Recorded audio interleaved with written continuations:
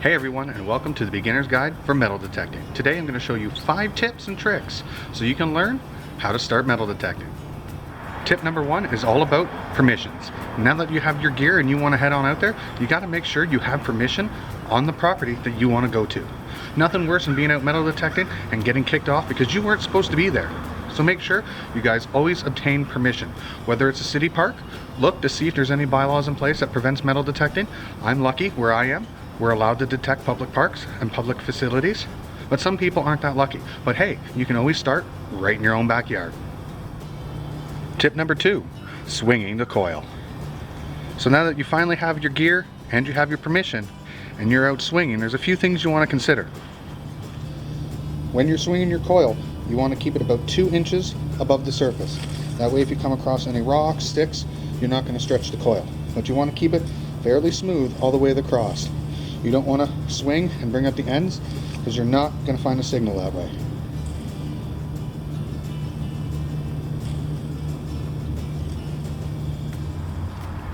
Next is cutting plugs. I'm going to show you 2 different styles of holes.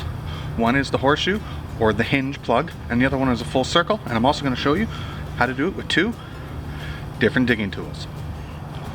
So once you pinpoint where the target is, time to cut plug. This first plug is going to be the horseshoe or hinged plug. What you do, you start digging and you cut around in a half circle or a letter C or a horseshoe. And you leave the one side attached so you can flip it over and retrieve your target. The next one I'm going to show you is the full circle all the way around.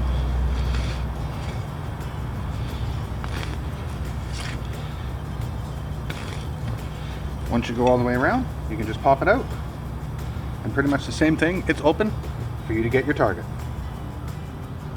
Next, I'm going to show you how to retrieve the target. There's 2 ways you can do this. If you have a pinpointer, you can use that in the hole, or you can use the coil and siphon the dirt out and wave it in front. I'm going to demonstrate both ways.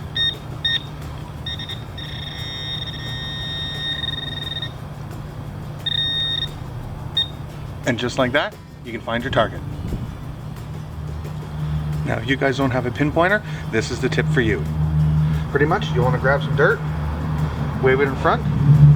It doesn't go off on your detector, so you know it's not in that handful. And you keep doing that until you get a signal. And then you split it in half. Oh, it's not in that handful, so switch over to the next.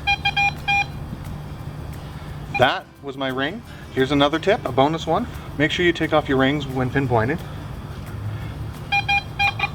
So I know it's in this hand. And just like that, we found ourselves another target.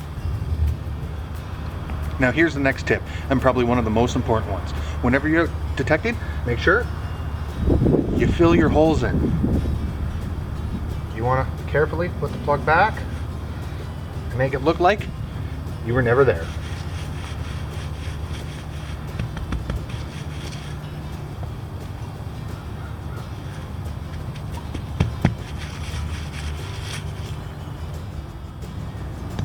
But sometimes you're going to encounter an area that's like a sand. Here, it's almost impossible to make a salvage plug. But after you find your target, do the same thing and fill in your holes.